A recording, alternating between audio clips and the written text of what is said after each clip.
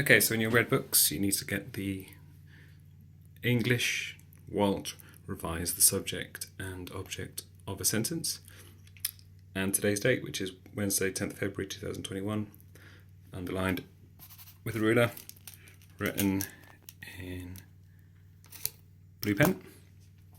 Don't worry about that, we'll get to that in a minute.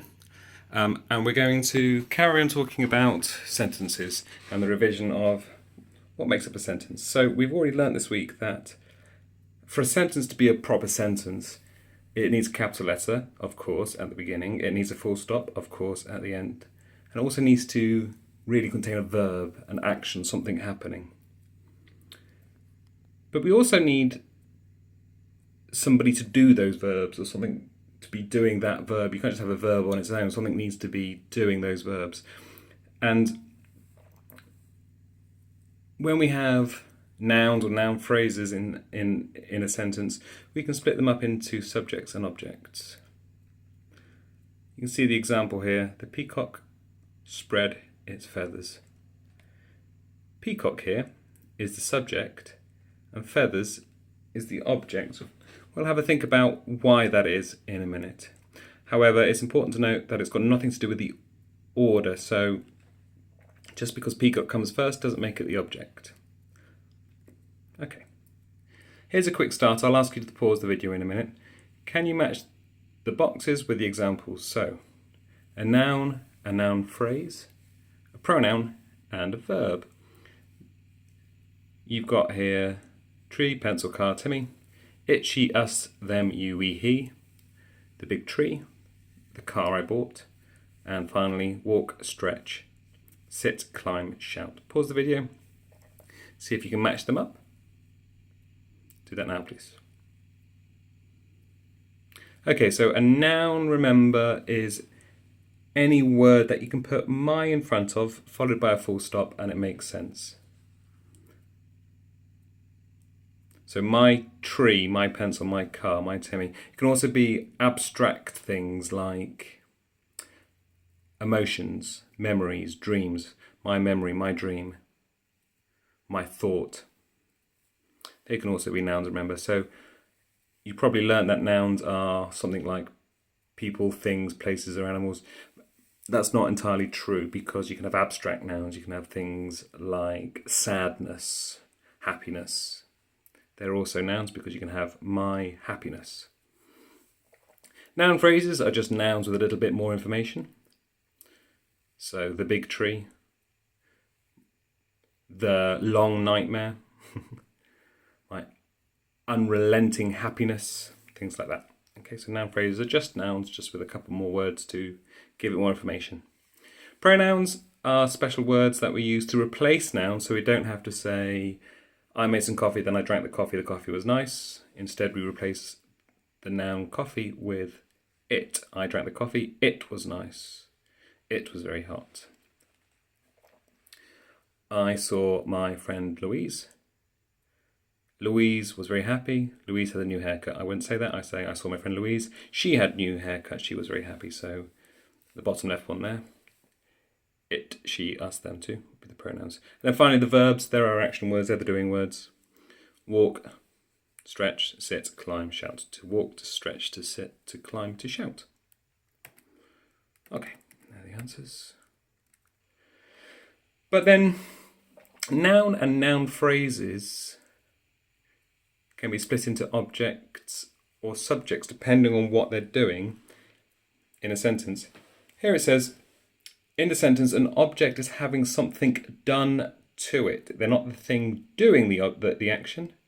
It's the thing having the action done to it. And remember, the action is always going to be a verb. So it says here, this is usually a noun, pronoun, or a noun phrase. So an object could be a noun, for example, car, memory, Peter. It could be a noun phrase, like the small dog, the bad dream. Or it could be a pronoun, he, she, it, them, they. For example, he sang to her. Her here is the object because What's the verb in that sentence? Well, the verb is sang. She is not doing the singing, she is having the singing done to her. So she's the object.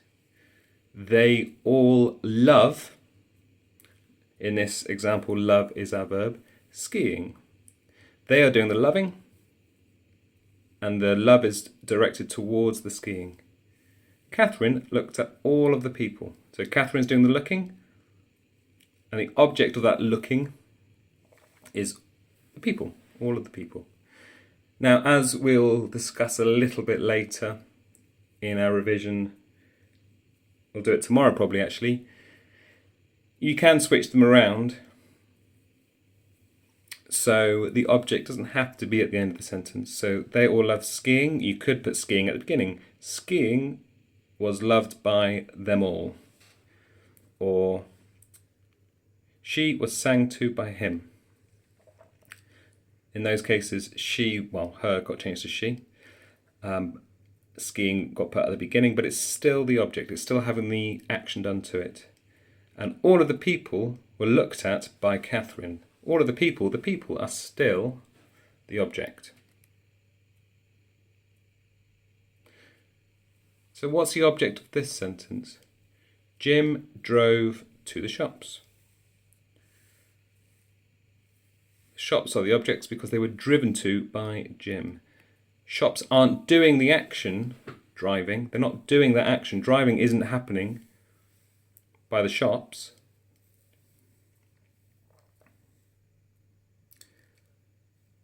So in this case, shops is the object.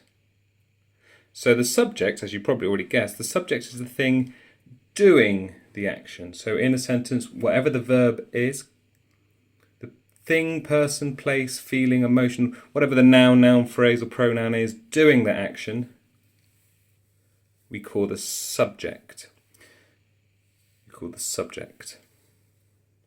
He sang to her. They all loved skiing. Catherine looked at all the people. Okay, we've already gone through those, so I won't go through it again. So what's the subject and what's the object of these sentences? The brave man entered the cave. The girl picked the flower. So remember, we have to first of all identify the verbs. Entered is a verb. Picked is a verb. What's doing the entering? Well, the brave man's doing the entering. So in this case, the brave man, the noun phrase, the brave man, or brave man I should just say there, is our subject. Remember, subject does the verb. And then what's having the verb done to it? What's being entered? The cave. So the cave is our object. In the second one, the verb again is picked. Who's doing the picking? The girl's doing the picking. And what is it that is being picked? The flower. So the girl is the subject and the flower is the object. Again, you can switch those sentences around. Those of you who remember when we did this before Christmas, you have to change the words a little bit sometimes. But these are both active sentences. If we switch them around, they become passive sentences, but don't worry so much about that now. We'll go over that tomorrow. But you can change them around. So you could say the cave was entered by the man. The cave is still the one thing being entered, so it's still the object. And the man is still the person, or the brave man is still the thing doing the entering, so it's still the subject. Even if you switch them around, the brave man is still the subject and the cave is still the object, no matter which way around you put them. The same for this one. The girl picked the flower. You can turn that into a passive sentence and say the flower was picked by the girl. The flower was picked by the girl. The girl is still the subject because the girl is still the thing doing the picking and the flower is still the thing being picked, so the flower is the object. Okay, there's the answers. The end. So that's it. That's all we're going to do today. I have some... Where is it? There we go. 10 quick questions to do. I think it's 10. Yeah, 10 quick questions for you to do. Could you write them in your exercise books? I've done an example here. The first one's done for you.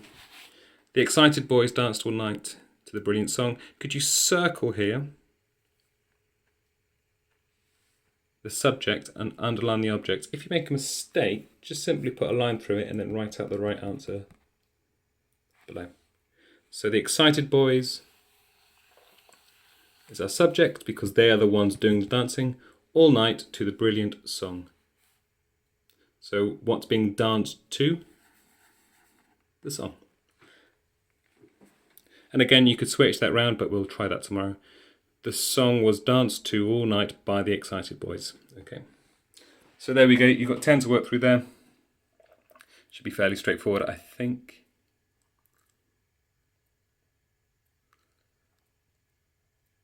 These should be fairly straightforward, but it's really, really important that we know and can identify the difference between a subject and object. This is going to be particularly useful next year. Well, in fact, starting this year, but next year when you start doing foreign languages in more depth, especially in Spanish and French, whichever you end up doing, or German, your teacher will expect you to know what a subject and object is, and it's really, really important to know this when you're learning a second language.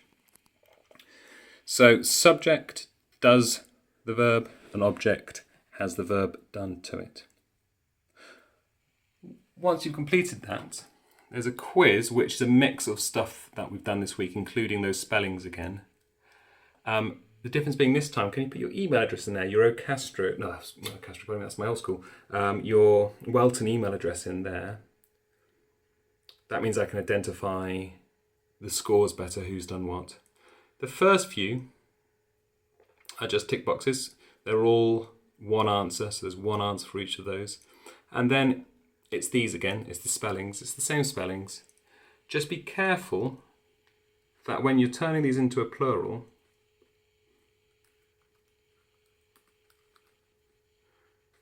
you don't add any full stop and you don't add a space. Otherwise it will mark it as wrong. If you put a capital, that doesn't matter, that will still mark it as correct. But make sure you don't put any other punctuation.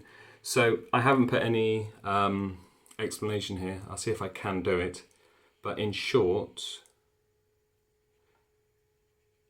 I would just like you to convert all of these into the plural forms. It's exactly the same as the ones from the other day. So it's just a bit of revision. Okay, so remember, put your email address in. You're only allowed to do it once. Then it will collect the score so I can see who's done what and what we need to work on. And then we'll talk about it at 12 o'clock. So again, like I said in the message board, please make sure you have your English and your maths finished and handed in nice and neatly, please. Nice clear photograph by midday. The numbers have been dropping off a little bit, folks, so please make sure you're online. You're ready to learn at 12 o'clock so we can go through these so it's useful for everyone, otherwise there's no point. Okay, I hope that makes sense. The comments are open. Please remember it's not a chat room, but if you have any questions or queries about any of this stuff to do with subject or object or about the quiz, and then write it in the comments, please. But like I said, please remember it's not a chat room, so please try and avoid emojis and whatnot. Okay, I'll see you at 12 o'clock.